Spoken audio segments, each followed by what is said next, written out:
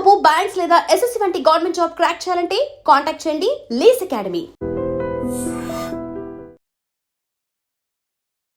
America ఆధిపత్యాన్ని వదులుకోదు, అగ్రరాజ్యంగానే ఉండాలనుకుంటుంది. Major example ఇప్పుడు Venezuela తర్వాత ఇరాన్. ఇప్పుడు ఇండియాకి ఏదైతే ఆయిల్ ఇరాన్ నుంచి రావాలో దారి అనేది మూతపడిపోయింది కాబట్టి యుద్ధం వల్ల. సో నెక్స్ట్ మనకున్న సోర్స్ ఏంటి అంటే రష్యా. కానీ అప్పుడు కూడా మనకి ఆయిల్ కొనకూడదని అడ్డం పడిన కంట్రీ ఏదైనా ఉందా అంటే అమెరికా. ఇండియా రష్యా నుండి ఆయిల్ కొనడానికి మేము 30 days పర్మిషన్ ఇస్తున్నాము. ఆధిపత్య ధోరణి ఉన్న ట్రంప్ చేతిలోకి ఇరాన్కి సంబంధించిన ఆయిల్ సప్లైస్ వస్తే ఖచ్చితంగా వాళ్ళు ఒక మొనోపోలీ లాగా క్రియేట్ చేస్తారేమో అని ఒక చిన్న అనుమానాలు కూడా ఉన్నాయి.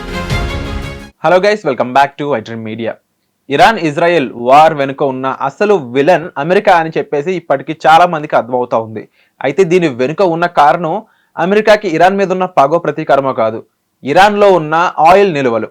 అంటే ఆల్రెడీ అమెరికా సంక్షోభంలోకి వెళ్ళిపోతుందనే విషయం తెలుసుకున్న ట్రంప్ లేకపోతే అక్కడ గవర్నమెంట్ ఇప్పుడు అమెరికాని ఏదోలాగా నిలబెట్టాలని చూస్తూ ఉన్నారు. అందులో బలైంది వెనిజులా అయితే సెకండ్గా బలైంది ఇరాన్ అని చెప్పొచ్చు. అమెరికా ఇరాన్లోని ఆయిల్ నిల్వలన్నీ దక్కించుకుంటే మిగిలిన ప్రపంచ దేశాల మీద, ముఖ్యంగా ఇండియా మీద అమెరికాకి ఎలాంటి పట్టు ఉండబోతుంది అండ్ దానికి మనం ఎలా బలవ్వబోతున్నాం, ఏ విషయాల్లో మనం ఇబ్బంది పడబోతున్నాం తెలుసుకుందాం. ఈ విషయాలు మనకు తెలియజేయడానికి మనతో పాటు ఉన్నారు అనలిస్ట్ నరసింహ గారు. సార్తో మాట్లాడదాం. నమస్కారం సార్. నమస్తే అండి. అమెరికా ఆధిపత్యాన్ని వదులుకోదు, అమెరికా అగ్రరాజ్యంగానే ఉండాలనుకుంటుంది. ఆ ప్లేస్ ఎవరికి ఇవ్వాలనుకోదు అనడానికి మేజర్ ఎగ్జాంపుల్ ఇప్పుడు వెనిజులా తర్వాత ఇరాన్. అవును. సో ఇరాన్లోని ఆయిల్ నిల్వలు అమెరికా దక్కించుకుంటే నెక్స్ట్ పరిస్థితులు ఏ విధంగా ఉంటాయి? అంటే ఫర్ ఎగ్జాంపుల్ ఫ్యూచర్ గురించి ఆలోచించేటప్పుడు ప్రజెంట్ ఒకసారి ఎగ్జాంపుల్గా తీసుకుంటే ఇప్పుడు ఇండియాకి ఏదైతే ఆయిల్ ఇరాన్ నుంచి రావాలో ఆ దారి అనేది మూతపడిపోయింది కాబట్టి యుద్ధం వల్ల ఇండియా ఆల్టర్నేట్ సోర్సెస్ వెతకడం మొదలుపెట్టింది. ఎందుకంటే మన దగ్గర 35-40 days సంబంధించిన రిజర్వ్స్ ఉన్నాయి. సో నెక్స్ట్ మనకున్న సోర్స్ ఏంటి అంటే రష్యా. ఎందుకంటే ఈవెన్ రష్యా యుక్రెయిన్ వార్ అప్పుడు కూడా మనం రష్యా నుంచి ఆయిల్ తీసుకోవడం జరిగింది. కానీ అప్పుడు కూడా మనకి ఆయిల్ కొనకూడదని అడ్డం పడిన కంట్రీ ఏదైనా ఉందా అంటే అమెరికా. కాకపోతే ఇప్పుడు అమెరికా వాళ్ళు మొన్న ఏదో డీల్ చేసుకుని ఇండియాతో కొంచెం ఫ్రెండ్లీగా ఉన్నారు కాబట్టి ఇండియా రష్యా నుండి ఆయిల్ కొనడానికి మేము 30 days పర్మిషన్ ఇస్తున్నాము. ఈ 30 రోజుల లోపల ఇక్కడ వార్ అయిపోతుంది కాబట్టి అప్పుడు మళ్ళీ ఆయిల్ సప్లై ఉంటుంది కాబట్టి ఈ 30 days మీరు తీసుకోవచ్చు అని ఇండియాకి పర్మిషన్ ఇచ్చింది. ఎవరు? అమెరికా. ఇండియా అనేది ఒక సావరెన్ కంట్రీ అని తెలుసు. It has been its own independent country. కాకపోతే ఇప్పుడు కూడా అమెరికా ఎలాంటి ఫీలింగ్లో ఉంది అంటే మేము పర్మిషన్ ఇస్తే ఇండియా ఏదైనా చేయొచ్చు అనే, ఇండియానే కాదు ఏ దేశమైనా మీరు అన్నట్టు అమెరికా ఎప్పుడైనా సరే మేము పర్మిషన్ ఇస్తేనే ప్రపంచం కదులుతుందని చెప్పడానికి ప్రయత్నించే కంట్రీస్లో మొట్టమొదటి కంట్రీ ఏదైనా ఉందా అంటే యుఎస్. అండ్ దాంట్లో అందరికంటే ఎక్కువగా ఫీల్ అయ్యే ప్రెసిడెంట్ ఎవరైనా ఉన్నారంటే ట్రంప్ అని చెప్పొచ్చు.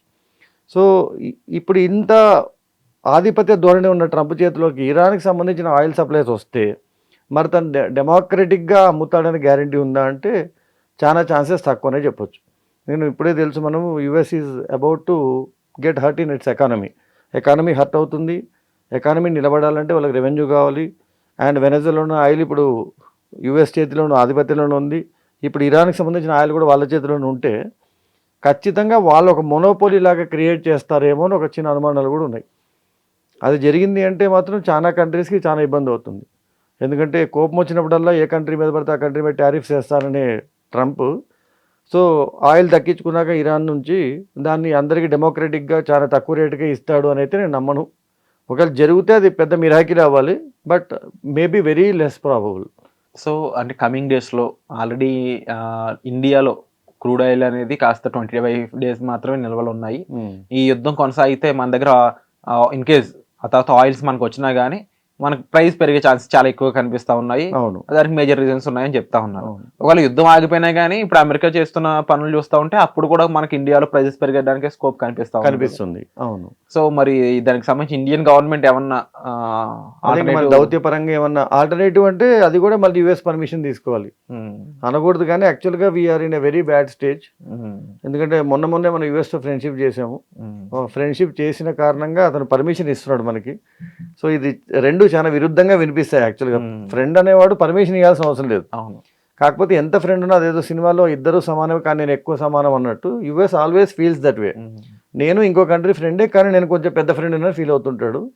మరి యాక్చువల్గా అయితే ఈ క్రూడ్ ఆయిల్ రేట్స్ పెరగడం వల్ల మెయిన్ ప్రాబ్లం ఎవరికి వస్తుందంటే మళ్ళీ కామన్ సిటిజన్స్కే వస్తుంది. ఎందుకంటే మనకి లోకల్ ట్రాన్స్పోర్ట్ కాస్ట్ పెరుగుతాయి. మనకు తెలుసు డీజిల్ ప్రైస్ పెరిగిందంటే ఇంటికి వచ్చే నిత్యావసరాల ప్రైసెస్ అన్నీ పెరుగుతాయి. ఆల్రెడీ మన ఇన్ఫ్లేషన్ వచ్చే ఛాన్స్ ఉంది. 2028లో మళ్ళీ రిసెషన్ వచ్చే ఛాన్స్ ఉందని నిర్మలా సీతారామన్ గారే 2-3 సార్లు చెప్పారు. ఇలాంటి పరిస్థితిలో మళ్ళీ అమెరికా వాళ్ళ ఎకానమీని డెవలప్ చేసుకోవడానికి కనుక అందరి మీద రేట్స్ పెంచితే ఆటోమేటిక్గా అన్ని కంట్రీస్ కూడా మళ్ళీ కాస్త ఇబ్బంది పడే ఛాన్సెస్ ఉన్నాయి. ఇండియా డెఫినెట్గా కామన్ పీపుల్ ఎక్కువ ఉన్న కంట్రీ కాబట్టి they may definitely get that heat. అంటే ఆల్రెడీ ఒక పక్కన చూస్తే ఇండియాకి సోషల్ మీడియాలో అసలు మన ఇండియన్ గవర్నమెంట్ అనేది చాలా గొప్పగా డిప్లొమాటిక్గా ఉంది కాబట్టి మనం ఈ రోజు ఇంత హ్యాపీగా ఉన్నాం, మనం ఇది ఒక్క మిసైల్ పట్టలేదు అనేది రకరకాల కారణాలు చెప్పినప్పటికీ మరో పక్క వేరే second side of the coin చూసినట్లయితే పెట్రోల్ 80 రూపాయలు ఉండే పెట్రోల్ కాస్త 107 రూపాయలు, ఇది గవర్నమెంట్లోనే జరిగింది. అండ్ క్వాలిటీ ఆఫ్ లైఫ్ కంటే కూడా ఈ ప్రైజింగ్ ఎక్కువైపోయే జానర్స్ ఎక్కువ ఉన్నాయి ప్రతి చోట కూడా. కంపారబుల్లీ ప్రైజెస్ అనేవి చూసుకున్నట్లయితే మనం ట్యాక్స్ ఎంత కడుతున్నామో చూసుకున్నా ఏదో ఒక్కొక్క చోట ఏదో కాస్త చిన్న చిన్న కంఫర్ట్స్ ఇచ్చినప్పటికీ కూడా మేజర్ గా ఈ ప్రభుత్వం వచ్చాక ఎక్కువ శాతం భారం అంతా కూడా పడుతుంది మాత్రం ఒక కామన్ పీపుల్ మీదే. అవును. సో ఇది ఎందుకు మాట్లాడట్లేదు? అది చాలా ఆశ్చర్యకరమైన విషయం అండి యాక్చువల్లీ. ఇంకోటి మీరు అన్నట్టు మన మీద మిసైల్ ఏది పడలేదు అంటే నేను ఒప్పుకోను.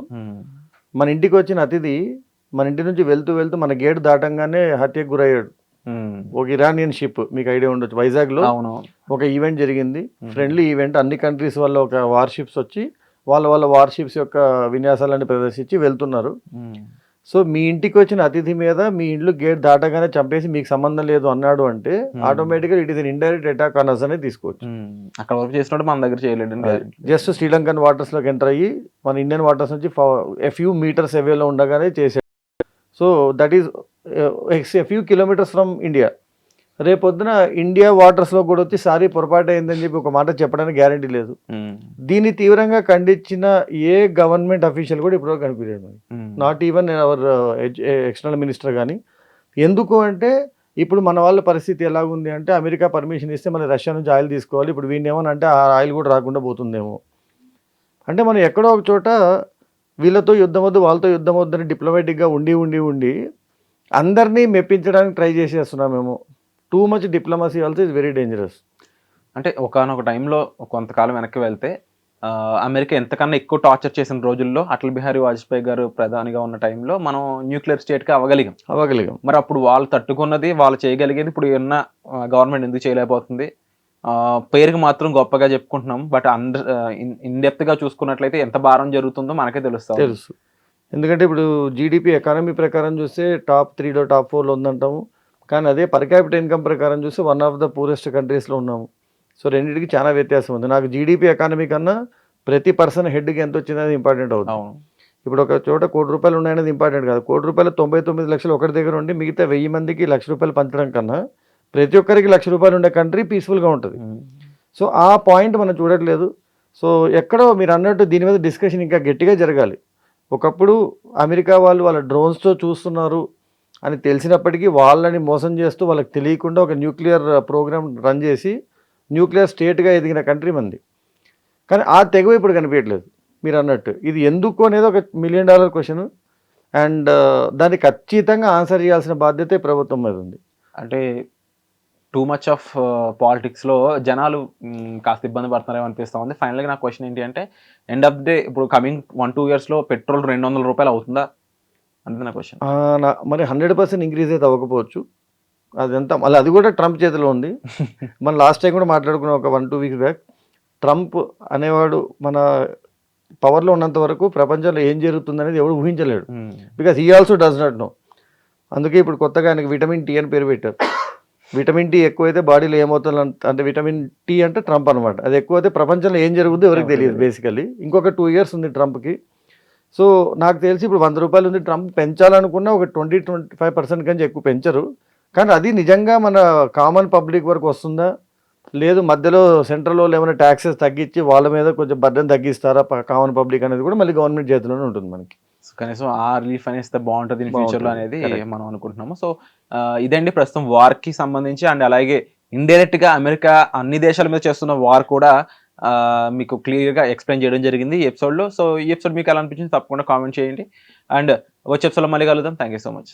And for more videos, Please subscribe to iDream. Please subscribe to iDream. Please subscribe iDream. And please subscribe to iDream. For more videos, subscribe to iDream. please like, share and subscribe to the channel. Congratulations, iDream. Subscribe to iDream. Subscribe to iDream. So subscribe to iDream Media. ఐ డ్రీమ్కి iDream team అందరికీ huge congratulations. Please subscribe iDream Media. Please subscribe to iDream. Subscribe iDream. Please subscribe to iDream. iDream అంటే నా కళల ఛానల్ను subscribe చేసుకున్న నోరు తిరుగుతలేదు, మీరైతే గంట గుర్తు కొట్టండి. For more such videos, please subscribe to iDream. Subscribe to iDream. Please subscribe to iDream. Please subscribe iDream Media. Please do subscribe to iDream. Please subscribe to iDream Media. For best entertainment and information please subscribe I dream. And don't forget to subscribe to iDream.